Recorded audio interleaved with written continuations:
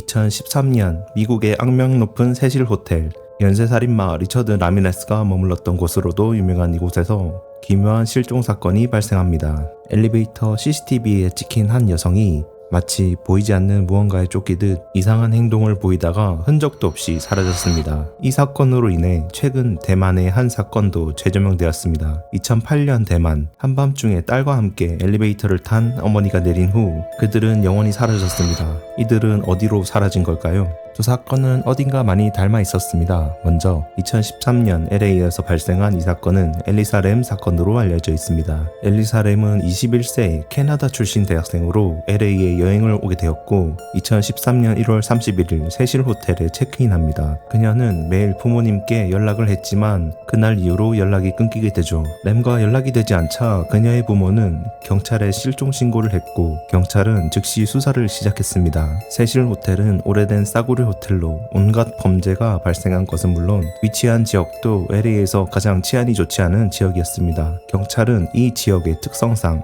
범죄에 의한 실종 가능성을 높게 보고 납치 가능성에 집중했습니다. 경찰은 호텔 직원들과 이용객들을 탐문해 램이 체크아웃 당일 호련히 사라졌다는 사실을 알아냈습니다. 실종자가 마지막으로 묵었던 호텔 방을 조사했지만 체크아웃이 지나 이미 청소된 상태라 큰 증거를 찾지 못했습니다. 호텔에서 엘리사 램의 소지품을 보관하고 있었지만 특별한 증거는 발견하지 못했죠. 호텔 내부에 설치된 CCTV는 몇 개의 층 복도에만 있었고 화질도 좋지 않았습니다. 형사들은 실종이 의심되는 날의 모든 CCTV 기록을 면밀히 검토하여 엘리사 램의 마지막 모습을 찾아냅니다. 램이 호텔 로비로 나가는 모습이 없었기 때문에 경찰은 실종자가 호텔 내부에 있을 것이라고 결론 내렸습니다. 그러나 세실 호텔은 700개가 넘는 객실을 가진 대형 호텔로 모든 객실을 수색하는 것은 엄청난 시간과 인력이 필요했습니다. 경찰은 냄새 탐지견을 동원해 호텔 내부를 철저히 수색했지만 램의 흔적은 옥상에서 끊기게 되었죠. 경찰은 헬기를 동원해 옥상을 조사했으나 그녀를 발견하지 못했죠. 경찰들은 인력 부족으로 사건 해결이 어려워지자 엘리베이터 CCTV 영상을 경찰 웹사이트에 공개하며 시민들의 도움을 요청했습니다. 공개된 영상에서 램은 어딘가 많이 불안해 보였습니다. 램은 엘리베이터를 타자마자 모든 버튼을 다 누릅니다. 그리고는 누군가를 의식하는 듯 밖을 쳐다보기도 하고 숨기도 하죠. 그럼에도 엘리베이터는 닫히지 않자 밖으로 나갔고 누군가와 대화하는 듯한 제스처를 취합니다. 그리고 램은 어디론가 떠나고 닫히지 않고 있던 엘리베이터 문이 스르륵 닫힙니다.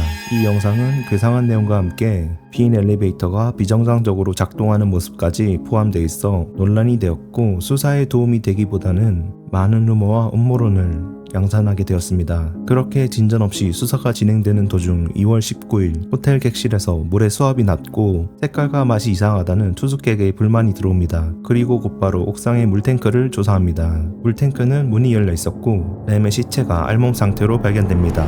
사실 실종 신고가 들어왔을 때 이미 옥상을 한번 조사했지만 물탱크까지 열어보지는 않았기 때문에 발견되지 않았죠. 경찰은 램이 정신병을 앓고 있었고 항상 먹던 약을 복용하지 않아 환각을 일으켰고 사람을 피해 물탱크로 숨었지만 익사한 것으로 수사를 종결합니다. 엘리사 램은 과거 정신병 이력은 물론 SNS에 자기 병명들을 나열할 정도로 자신의 병을 인지하고 있었습니다. 램은 새로운 환경에 불안감을 느껴서 그런지 평소 먹던 정신약을 먹지 않았고 양극성 장애, 우울증 등으로 인한 피해망상, 편집증 등이 발현되어서 사고까지 이어지게 된 것이었습니다. 이 사건으로 최근 대만에서 화제가 된 사건이 있습니다. 대만판 엘리사 램 실종 사건이라고 불리는 이 사건은 엘리사 램 사건이 발생하기 5년 전 2008년 1월 20일 발생합니다. 37세 유 씨는 4살짜리 어린 딸이 있었고 극심한 남편의 가정폭력에 시달리고 있었죠. 유 씨는 딸을 보며 남편의 폭력을 참아왔지만 더 이상 참지 못하고 집을 나가기로 결심합니다. 그날 저녁 딸과 함께 약간의 짐과 오토바이를 타고 집을 나가게 됩니다. 집을 나온 시기는 강한 한파가 몰아치는 매우 추운 겨울이었기 때문에 갈 곳이라곤 친정밖에 없다고 생각이 들었는데요. 하지만 모녀는 예상과는 달리 친정으로 가지 않았습니다. 아내가 집을 나간 이후 남편은 친정의 딸과 아내가 오지 않은 것을 알고는 경찰에 실종 신고를 하게 됩니다. 경찰은 며칠간 추적한 끝에 2008년 1월 28일 한 회사의 빌딩 앞에서 유 씨의 오토바이를 발견합니다. 빌딩 CCTV를 확인한 결과 유 씨는 오토바이 열쇠도 뽑지 않고 급하게 빌딩 안으로 들어가는 모습이 찍혔죠. 마침 누군가가 문을 나서고 있었고 그 틈을 타 엘리베이터에 들어가게 됩니다. 유 씨는 익숙한 듯 11층 버튼을 누릅니다. 매우 추운 날씨였음에도 불구하고 유씨는 엘리베이터 안에서 외투와 신발을 벗고 딸의 외투를 벗기는 의문의 행동을 합니다. 벗은 옷과 신발을 한켠에 버려두고 엘리베이터 문이 열리자마자 서둘러 엘리베이터에서 나와 밖으로 달려나갔습니다. 그리고 모녀는 실종됩니다.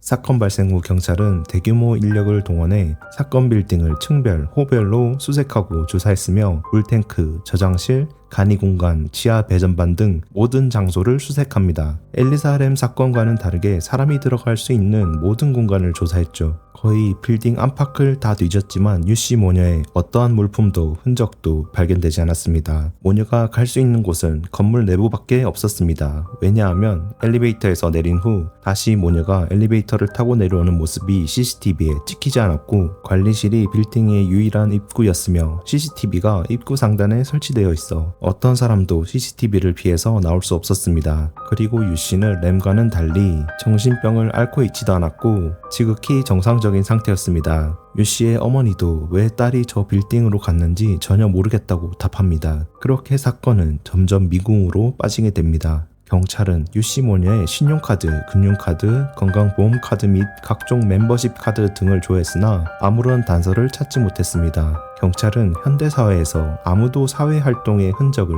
전혀 남기지 않을 수 없다고 생각했죠. 추운 겨울이라 두 사람이 어딘가에서 이미 사망했을 가능성이 크다고 생각했고 미제 사건으로 종결해버립니다. 경찰은 이 사건을 2020년에 재조사합니다. 그러나 어떠한 기록도 발견할 수 없었죠. 그리고 2023년 유씨의 남편이 자택 옥상 물탱크를 수리하다가 떨어져 사망하게 됩니다. 남편마저 없어졌고 실종된 지 16년이나 지나 찾는 게 의미가 없다고 판단한 가족들은 모녀의 사망 선고를 신청하였고 법원은 이를 승인하여 모녀는 사망한 것으로 사건은 완전히 마무리됩니다. 엘리사 램 실종 사건과는 다르게 이 사건은 어떠한 단서도 찾지 못하고 종결되었는데요. 강한 한파에서 의문의 한 빌딩을 찾아갔고 외투와 신발을 벗은 이유 그리고 빌딩 안에서 한 명도 아닌 모녀가 증발해버린 이 사건은 아직까지 대만 최대 미스터리로 남아있습니다.